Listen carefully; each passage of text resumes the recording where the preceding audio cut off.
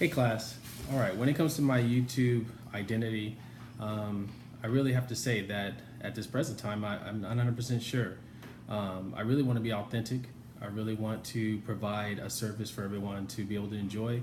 I want to share a passion that I have of my own when it comes to darts and when it comes to just different things. I think the dart idea is not just going to be where I stop. I'd like to be able to go to different dart arenas, dart locations, pubs, and sporting bars, just to give everybody an idea of what it's like to be a darter, and to give everybody an idea of how great darts can be if you allow it. You know, it's like anything else, like pool or bowling and things like that. I mean, it could be a lot of fun, and it's a safe environment. I really enjoy the welcoming of all dart throwers.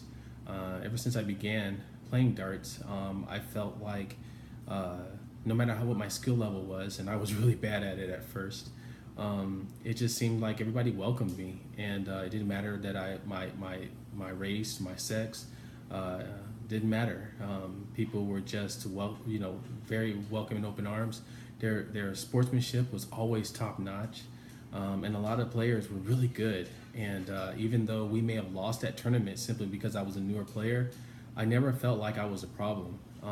And in my lifestyle, in my life, I just feel like we need more of that in our world. And so I'm very grateful for the dart world and how they welcome me and other new players.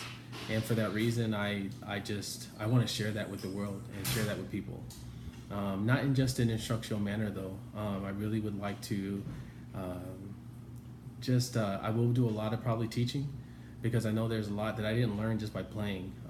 There's a lot of things that I had to do some background research on, and things I had to do while practicing. So I will probably share a lot of practicing techniques, how to overcome when you're playing and the competition level is high, and most of the game becomes a part of what's in your head, and the distractions you have and visualizations that you might have when it comes to just staying in the zone and staying focused on what your goals are and keeping the game simple and fun, because you'll realize that the people around you are having fun, and because, well, at least my experience was, because I was so competitive and I wanted to win the game, or I wanted to PR personal record, set my own personal record. I took a lot of the fun out of the game, and I just didn't learn how to relax and just enjoy it. So I really want to share that, and I really want others to be able to welcome the dart world. You don't have to know a lot about darts, and if you want to learn more, there's always something out there. There's always some people out there to teach you. So I just think I'm really grateful for the experience I've had, and I just hope to be able to share that. In the background, there's my dartboard.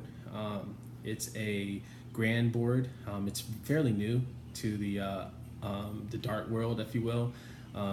It's a dartboard that allows me to play online. As you see, there's brackets. There's brackets right here that I have for my iPad, and they connect.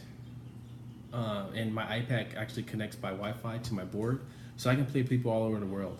I've played people in Japan, Korea, yeah, everywhere. Australia. I mean, people get this dartboard and they're allowed to play on the Wi-Fi, and although you can't really share much other than just your visual, them seeing you throw to make sure you're not cheating or anything like that.